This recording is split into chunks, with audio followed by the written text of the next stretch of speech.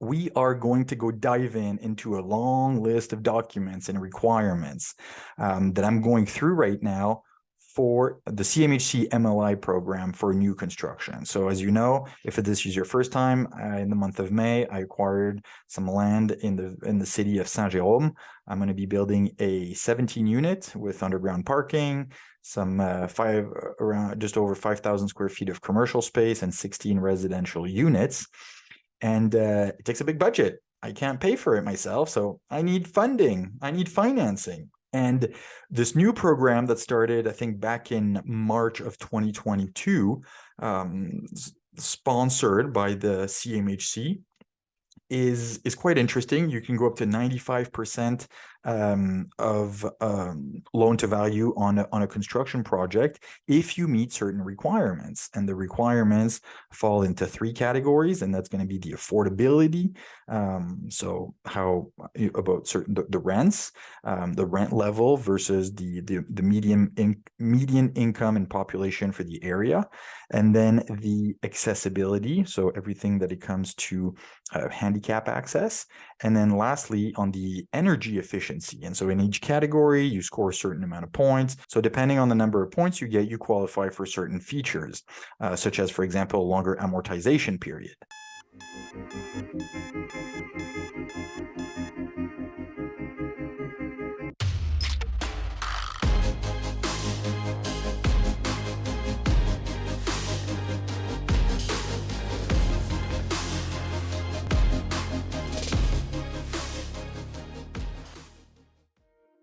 Hello, and welcome back to the Very Real Estate Effect podcast, a show dedicated to real estate investing right here in Quebec.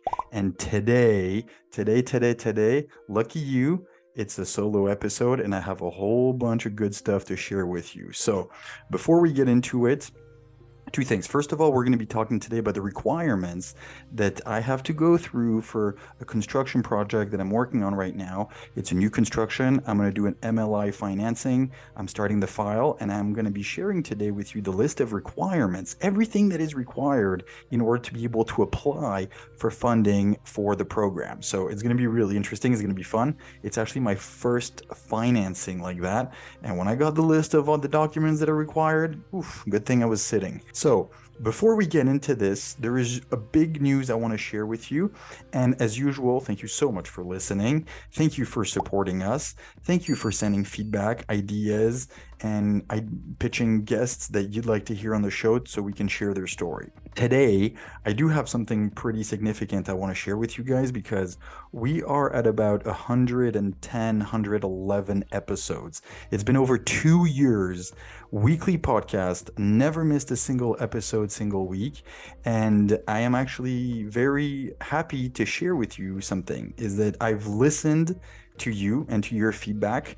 And first of all, like, I am so grateful for the feedback and everything, all the people that I ended up meeting, the conversations that I've had through the podcast. I was going to say because of the podcast.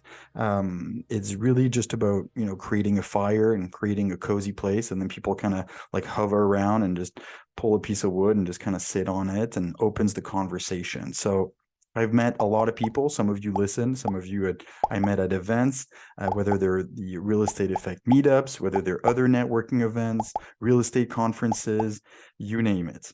What comes out is that people always say like, hey, thanks for putting all this work. Hey, thanks for creating the community. Hey, thanks for all the value that you create. And so I've actually listened because there's a few of you that have mentioned this. So I am now starting a Patreon. And so you can actually have a formal way to become part of the family, become part of the inner circle. And so you can contribute, you can support the podcast so we can continue creating great content. And you can also have some exclusive perks and privileges. And we're going to get into that. So before I start talking about the MLI, I'm really excited. I've started the Patreon, and so here are the details. So first of all, it can be found at patreon.com/real estate effect podcast. You go to patreon.com and then you search in the main search bar, real estate effect podcast, and you're going to find it there. Now, we've kind of created two groups because I've interviewed a few people about it and like, hey, how would you like to get involved? Hey, what would you feel comfortable doing as a contribution? And so we created two tiers. The first one is actually just kind of it's called the family, become a family member. And so that includes support for that you support the podcast. And I really want to give a shout out. So every time you subscribe, you register, I will give your name on the air and thank you directly, both on the podcast and as much as possible on the YouTube episode, whether by first name and last name or just first name if you want to stay discreet, and so on and so forth. And also with the family member, you will always get priority on limited attendance events. So I organize events frequently. Some of them are unlimited capacity, some of them are limited. And when they are limited, you'll get the priority because it's totally normal that by supporting me, then I invite you first. And that's what I intend on doing. And that's always been part of the community that I've created over time. Now, for those who want to do a little bit more and really be present and get more, actually, I've also created another option. So the first one, the family is $9 a month. It's pretty straightforward. The second one is really the inner circle. That one actually gets a lot more. And I'm going to go through the details. So first of all, like you support the podcast, which again allows us to keep producing this great content.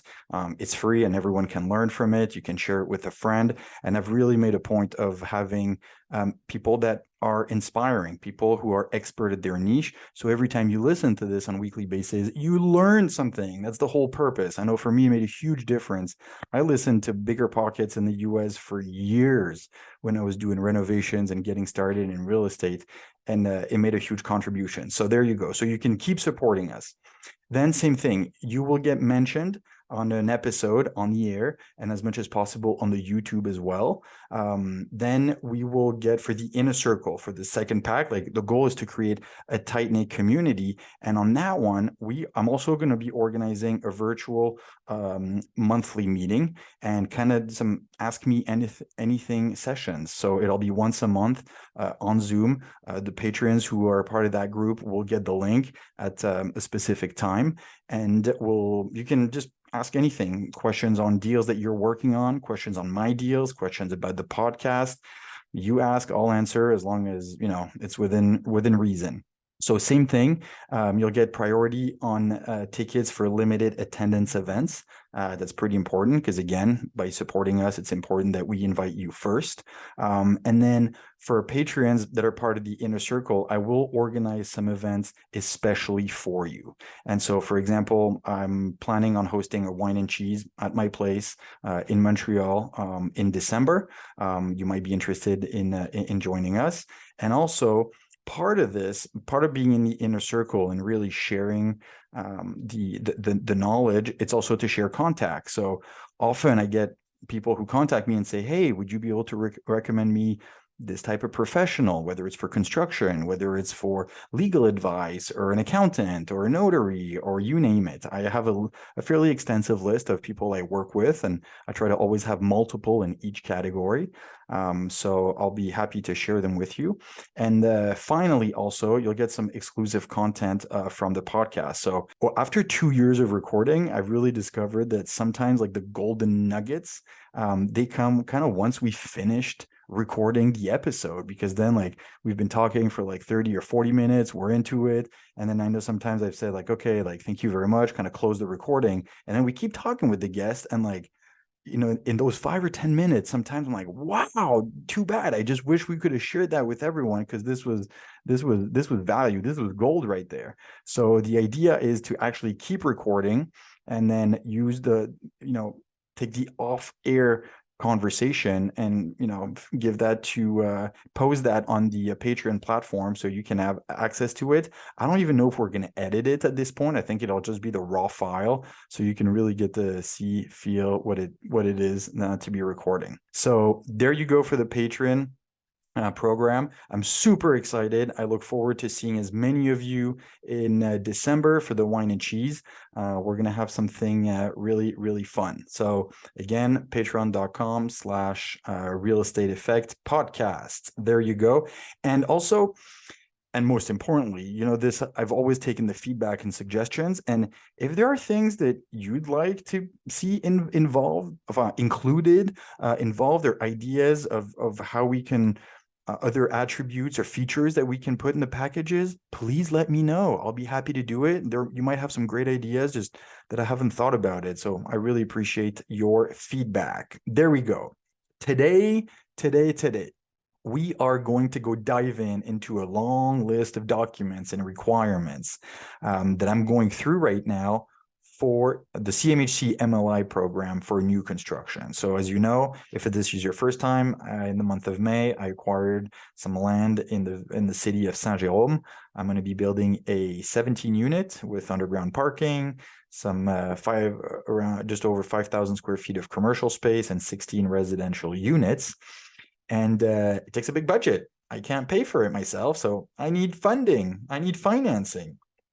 And this new program that started, I think, back in March of 2022, sponsored by the CMHC, is quite interesting. You can go up to 95% of loan to value on a construction project if you meet certain requirements. And the requirements fall into 3 categories, and that's going to be the affordability.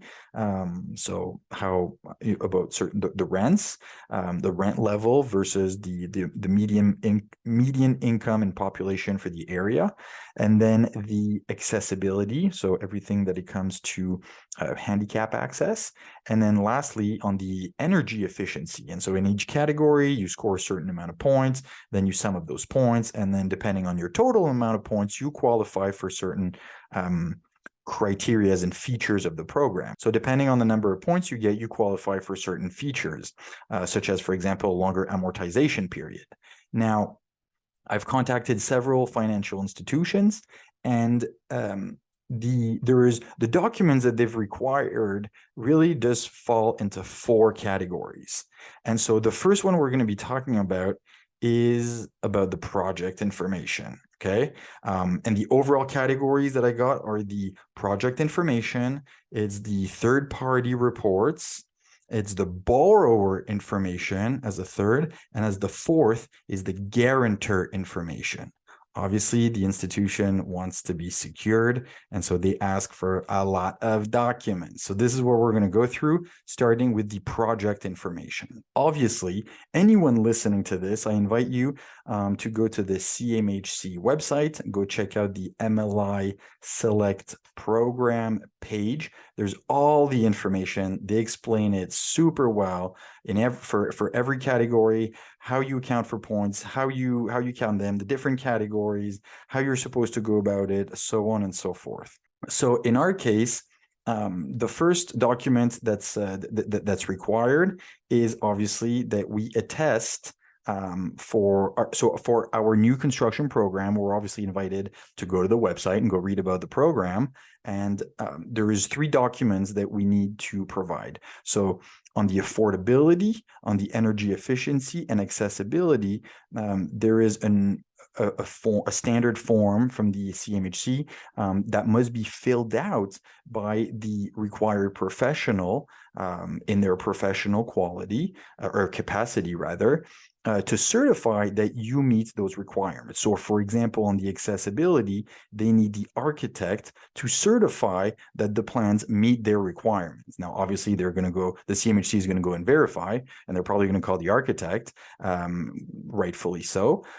So those are documents that the professional need to fill up. They're 2 to 3 page documents. It's pretty straightforward. And if you worked with your architect on developing plans that meet those requirements, then it really shouldn't be a surprise, right? Because you worked for it. So then all they can do is just attest that those plans meet the requirements. So in our case for accessibility, as I said, we have an elevator, we have ramps, we had to widen some of the doors, some of the bathrooms needed to be increased so that a wheelchair can come in through the door and then do a full turnaround. And then be able to exit, and so on and so forth. So it's really also to encourage that new construction is well suited in terms of accessibility for people in wheelchairs, for example. There's other examples of accessibility that aren't just wheelchair.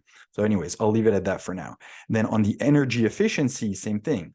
It is the energy efficiency engineer that's modeled the energy consumption of the building and the saving that's being created that needs to certify, to sign those, to fill them out, certify and sign those documents. So in our case, there's really 3 of them. And so it's going to be, again, the affordability, energy efficiency, and accessibility.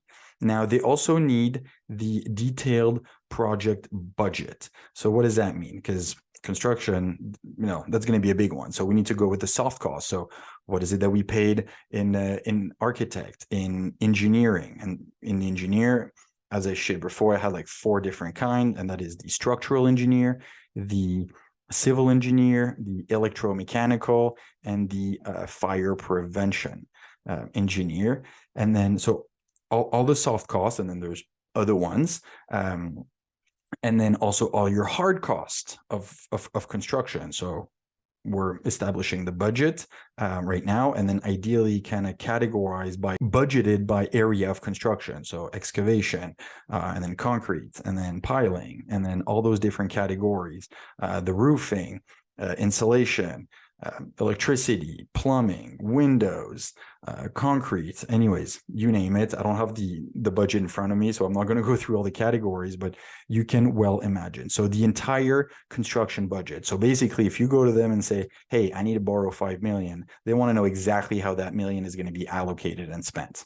Makes sense, right? All right. So then they ask for the rental pro forma. So in our case, we're going to have 17 units. They want to know, okay, what do you project to rent the commercial space on monthly and yearly basis? Same thing for each type of residential unit on the upper floors. So square footage, projected rent, maybe some of the unit size, some of the features, so on and so forth. Then the rent roll, which I guess in this case is kind of the same thing, and they want identified on the rent roll which units are going to be dedicated as affordable. So in our case, I think we need to have 2 of them. So we'll need to clearly state which units are going to be considered 10% below local market rent, so that they can account for that. Then they need the renderings. They need to know, what is the building going to look like? So obviously renderings and plans for the architect. Now, they don't need all of the plans from all the engineers, but submitting the plans is also a good idea, so they can get a good idea of how detailed you are.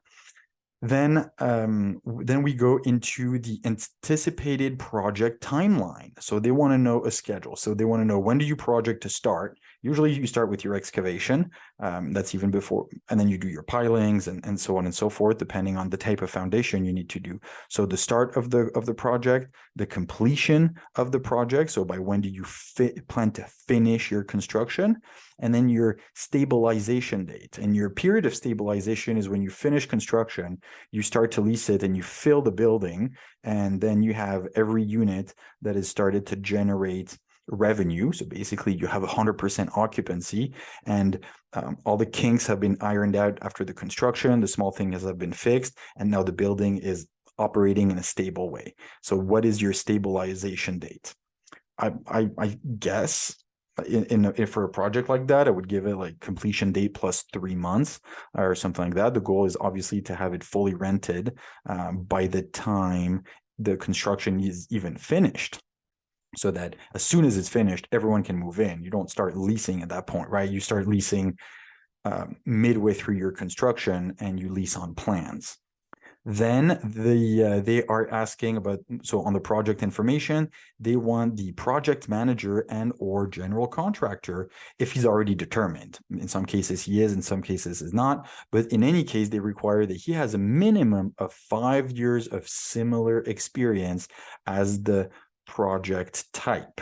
So if you're building a high rise, you should have someone that has at least 5 years of experience building high rises, not single family homes. Makes sense, right? I mean, as the owner and project manager owner, I would never want to hire someone that doesn't have that experience for that construction type category anyways. So then they also want to know about the property manager if he's already determined, depending, same thing, on the size of the building, it may more or less be relevant. So they want information about the property manager if he's been determined, and same thing, they require that he would have at least 5 years of experience in similar type of building. And then finally, in that category, they also require all the necessary municipal permitting and documentation. So appropriate zoning, permits, and so on. So in our case, we're going to have our construction permit. So that is an official document from the city showing and justifying that we've gone through all the necessary steps to make sure that we have a building that's compliant, that we're compliant with the city. Otherwise, they wouldn't have issued the permit. So including the permit and a letter from the city will be required for that category. So all those documents, that's just one category that they're requiring. So now they're obviously asking for third-party reports. In the third-party reports category, what do they want? They want to know, first of all, you guessed it, an appraisal. They want to know, they want a third party to be able to state this project is worth so much. And ideally, they would like an appraisal of the land value as vacant, i.e. just the land, and then the value of the future building that's going to be built in place once the project is going to be completed. So on the appraisal report, they want two values. So the raw land as is empty, and then the projected value of the project once fully completed. Two values, makes sense. Then they want the energy modeling report, because remember in the higher category when we talked about energy efficiency, said that we needed to have an engineer to look at the energy efficiency and try to optimize it through various ways, insulation, windows, heat pumps, so on and so forth. And they want to see a copy of that model. And the CMHC actually provides a document that needs to be filled out again by the qualified engineer. So that's the second report that's required. Then you have to have, if applicable, the satisfactory environmental assessment report. So, and that's one thing I still have a question about that I will get verification on. Does that mean a phase 1, phase 2? Obviously, or is there some other type of environmental assessment that they're looking for? To me, it's unclear, and that's kind of one thing I'm going to have to clear out with them, but it's no biggie. And we already have that anyway. So, and then finally, they require the geotechnical report, if available, obviously depending on if it's applicable. Now, in our case, it really is, because we're not just building in the middle of a flat land. We're between the road and the river. There's some slope.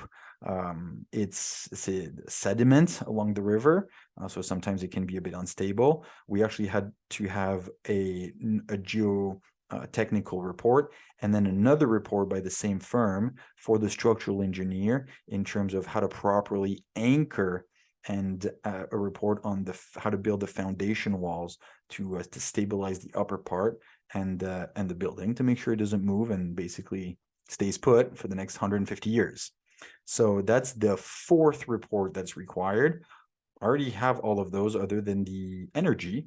So that category is going to be pretty straightforward. Now we're getting into the last two, whereas the first two were really like the technical. It was about the project, the plans, the evaluation report, the rent roll, so on and so forth. Now we go into the borrower and the guarantor information. Now it really comes to the finances of whoever is doing and is in charge of that project. And I find it's sometimes some of the most difficult because they require you to fill up so many documents.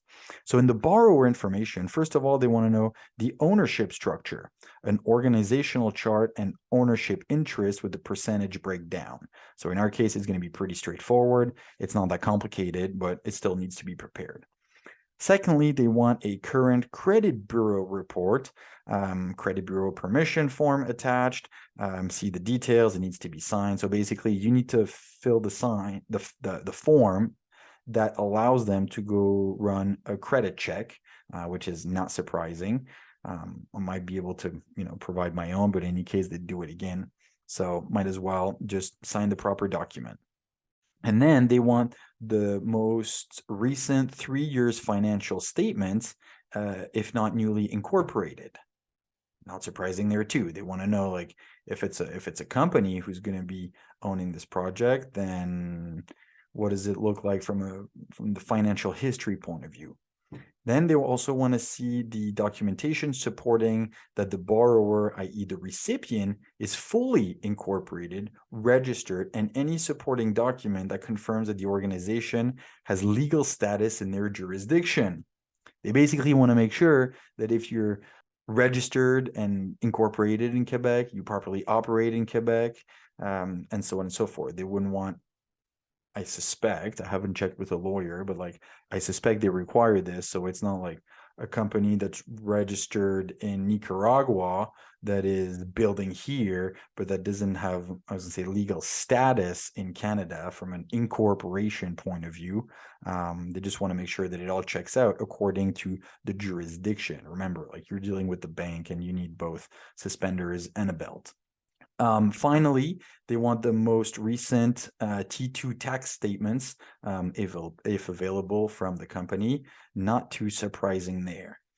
Not too surprising, but some of those documents aren't always easy to come about. And in our case, like, we registered in 2022. So we do not have, for example, the tax statements yet. So, it adds to the fun. Now, the guarantor information. So the third category, the borrower information, was about the company that owns the project and all of its finances. So financial statements, tax returns, the corporate structure, that it's legally incorporated and in the proper jurisdiction, and so on and so forth. Now, what they want is the guarantor, so shareholders. So basically me and, my partner in this case. So one of the first things they ask is the current personal net worth statement for the personal guarantors. So there's going to be two of us. So you basically need to get, excuse my language, but naked in front of them and show them everything you've got, every asset, every liability, and then they go from there. Now, luckily, they provide a document that you have to fill up. And I wish I could show it to you on by audio, but imagine an Excel spreadsheet with a lot of boxes to fill up. Columns, rows, like, it's going to take a while. Like, luckily, I'm pretty organized with all this stuff. I have it in another format, so I just need to transfer the information. But it's going to be fun. Then they want the most recent 3-year financial statements if it's a corporate guarantor. And then a little bit later, I suspect if it's personal, you still want your taxes. Anyways, the third one is the current credit bureau report. So see the credit bureau permission form attached. So same thing. They're going to be writing a credit check. In the previous category, it was about the company. Now it's going to be personally. So same thing. You need to give them authorization to run your credit. Fourth is the detailed real estate portfolio. So in this case, it's really just the real estate assets that you have, whereas the previous one, the current personal net worth statement, is everything. Your RSPs, your bank accounts, your RESPs for your kids, your shoe size, you name it, everything. Now, this fourth one is really just, they want to know what your real estate portfolio looks like. They want to know everything about it. Addresses, number of units, how much you pay, how much debt you have. And in the end, it compiles everything and they see whether whether you're applicable, whether you buzz the ratios, and so on and so forth. Then second to last, yay, we're getting there. They ask for the most recent T1 tax statements, if personal, and if not, a T2 tax statement if incorporated. Makes sense. They want to see at least 1 year's worth of tax statements. I'll probably give them 2 just because I have them and I'm organized. And then lastly, and this is like one of my favorite, they want a brief summary of each guarantor. So that kind of means like background, real estate experience, and so on and so forth. And so here the idea is you don't basically just send your CV, even though I might just attach it. You just write a nice little paragraph, and ideally with a picture of who you are, what you did before, what you're doing now, what you're doing in real estate, and basically like, here is the moment to show them that you have enough real estate experience that they can trust you with millions of dollars. And most importantly, it's important to remind them and to show them in that section that even though this may be your first project that big, that size, you surrounded yourself with professionals who are experts, who have tons of experience, and who are going to help you with it. And in any case, to get a big construction loan like that, it will be required that we have a cost consultant. And the cost consultant is, as the name describes, someone who consults on costs and who's from a third party, and so that the bank can trust them that you've budgeted properly and that the funds are actually being used to pay what you said you're going to pay. Makes sense.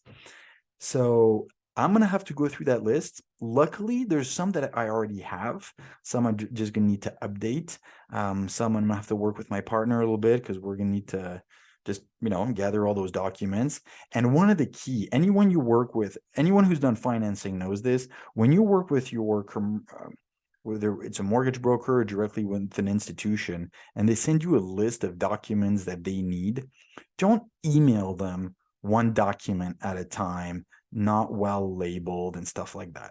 You want to be a pro, you want to be taken seriously, here's what you do. You prepare either a Google Drive or just a good old folder on your desktop, and then you do other folders in there. So for example, tax returns, and then you label the actual document, tax return, and then your name, and then the year. And you do that for each document. Each document, rename them. Don't just leave like 1, 2, 3, ABC, 1, 2, 7, 8, 9, 10, just because when you scanned it and that generic random name. Relabel everything with the type of document, who it's for, the year, the name of the project, all those things. Those professionals, they love it. It makes their life so much easier, and they can tell right away if you're organized, if your file is properly presented, if everything is labeled. You make it easier for them, it will go faster, and they're less likely to start asking you for tons more documents because it looks fishy. The better you put it on a golden platter, the easier they will eat it for you.